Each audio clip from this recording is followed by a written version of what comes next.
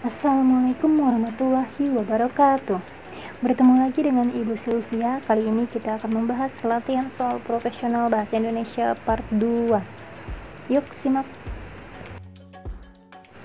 Masih sama soal pembahasannya, kita ambil dari buku uji kompetensi guru atau UKG bagi guru bahasa Indonesia.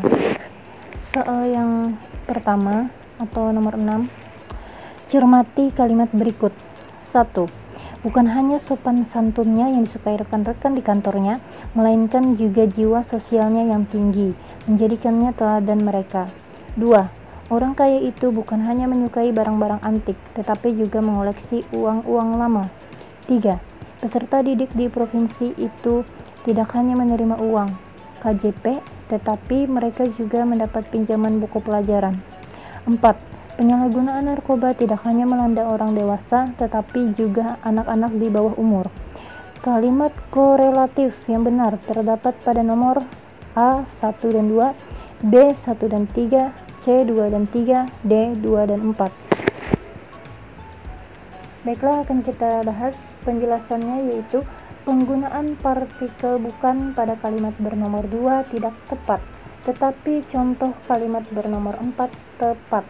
Karena menggunakan partikel tidak, penggunaan partikel tidak pada kalimat tersebut lebih tepat dengan penggunaan partikel bukan. Sesuai dengan analisis, dapat disimpulkan bahwa penggunaan partikel tidak tepat untuk jenis kata kerja, sedangkan penggunaan partikel bukan lebih tepat untuk jenis kata benda dan kata sifat. Contoh konjungsi korelatif untuk membentuk kalimat korelatif sebagai berikut. 1. Tidak hanya, tetapi juga. 2. Bukannya, melainkan. 3. Baik maupun. 4. Jangankan pun. 5. Bukan hanya, melainkan juga. 6. Apa atau apakah, atau. 7. Sedemikian rupa, sehingga. 8. Demikian, sehingga. 9. Entah. Jadi jawaban B benar karena pernyataan bernomor 1 dan 3 penggunaan konjungsinya tepat. Kalimat tersebut berupa kalimat korelatif dengan konjungsi korelatif. Soal yang kedua atau yang bernomor soal 7, yaitu cermati kalimat berikut. 1. Basuki Abdullah berkampung di Surakarta, Jawa Tengah. 2. Basuki Abdullah merupakan salah satu maestro pelukis Indonesia. 3. Dia menggunakan aliran naturalisme. 4. Lukisan Basuki Abdullah berobjek orang. Kalimat berpelengkap terdapat pada kalimat yang bernomor A 1 dan 2, B 1 dan 3, C 2 dan 3, D 2 dan 4. Baiklah, kita bahas penjelasannya, yaitu kalimat berobjek memiliki ciri-ciri berikut. A. Kalimat dapat difasifkan. B.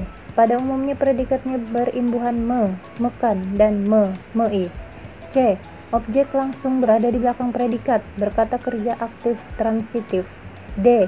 Objek dapat berwujud nomina atau frasa nominal, atau diganti dengan pronomina nya, ku, atau mu, atau klausa. Kalimat berpelengkap memiliki ciri-ciri berikut. A. Kalimat tidak dapat dipasifkan. B. Pada umumnya predikatnya berimbuhan ber, beran, berkan, dan kean, atau kata menyerupai, merupakan, dan adalah.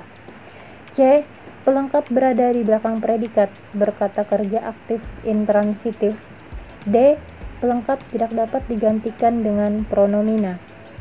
Kalimat bernomor 1 dan 3 tidak berpelengkap, tidak memiliki ciri kalimat berpelengkap. Jawaban D benar karena yang berpelengkap terdapat pada kalimat bernomor 2 dan 4 dan memiliki ciri-ciri kalimat tidak dapat dipasifkan. Pada umumnya predikatnya berimbuhan ber, beran, berkan, dan kean, atau kata menyerupai, merupakan, dan adalah. Pelengkap berada di belakang predikat, berkata kerja aktif intransitif, serta pelengkap tidak dapat digantikan dengan pronomina. Lalu soal yang ketiga bernomor soal 8. Analisislah kalimat yang benar berdasarkan fungsi kata dalam kalimat adalah A.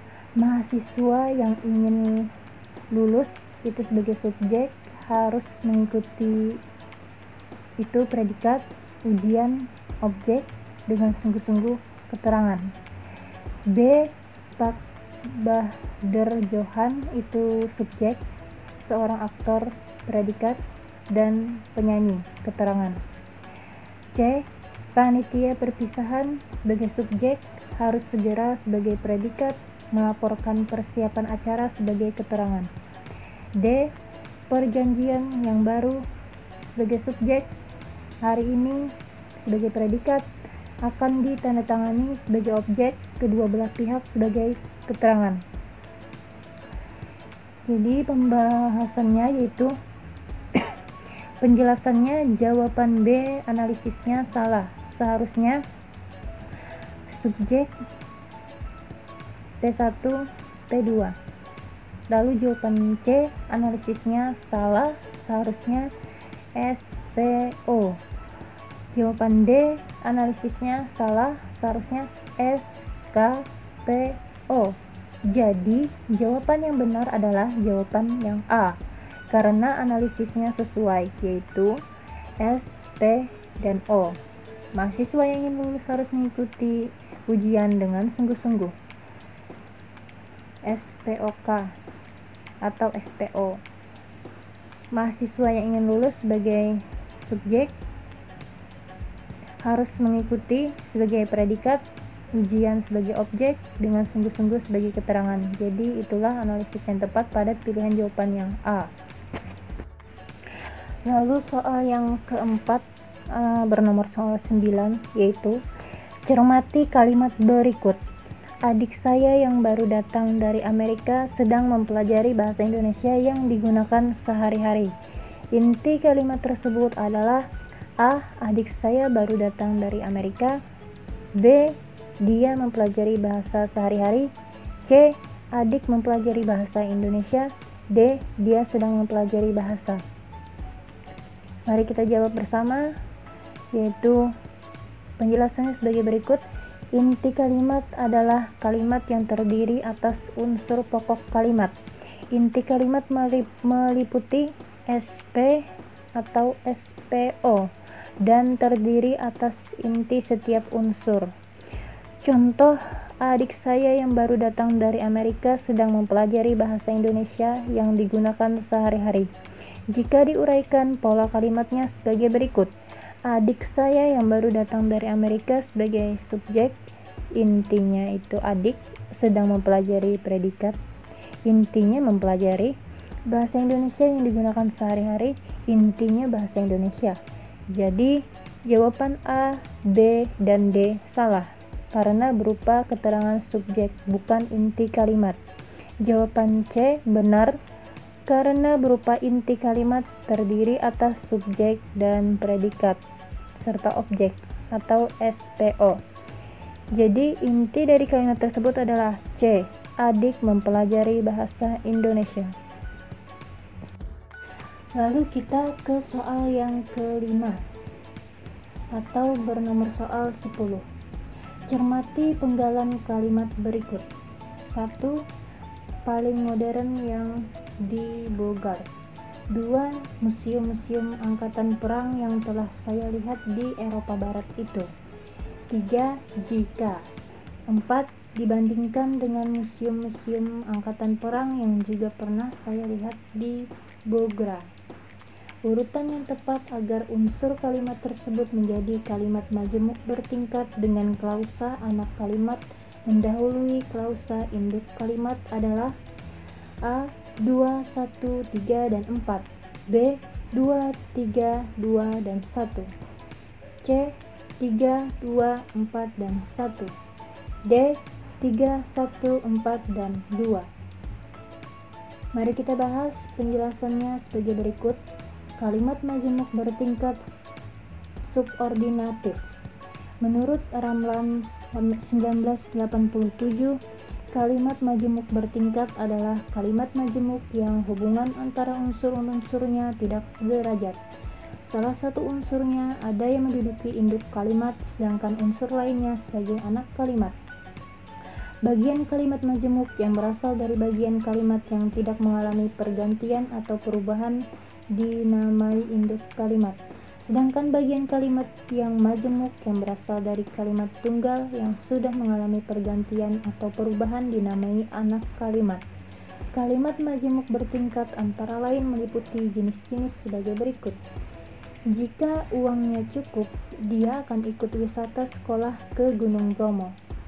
Anak kalimat garis miring klausa bawahan mendahului induk kalimat. Garis miring klausa atasan dan konjungsi jika terletak di awal kalimat. Lalu contoh yang kedua adalah kami tidak akan mendapat uang sedemikian banyak jika engkau tidak hadir malam itu. Induk kalimat garis miring klausa atasan mendahului anak kalimat garis miring klausa bawahan dan konjungsi jika terletak di tengah sebagai pembatas induk kalimat dengan anak kalimat. Jadi analisis jawabannya yaitu jawaban A dan D itu salah karena urutan unsur kalimat tidak membentuk kalimat majemuk secara benar.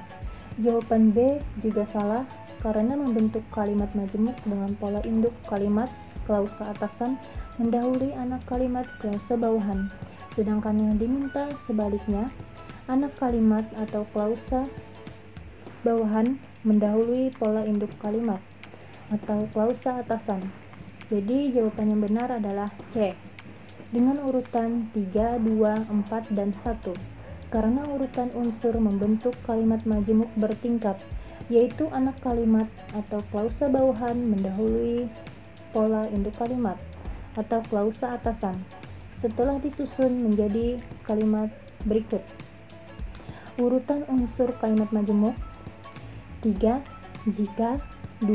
Museum-museum angkatan perang yang telah saya lihat di Eropa Barat itu 4. Dibandingkan dengan museum-museum angkatan perang yang saya lihat di Bograd itu 1. Paling modern yang di Bogor. Jadi jawaban yang benar adalah C 3, 2, 4, dan 1.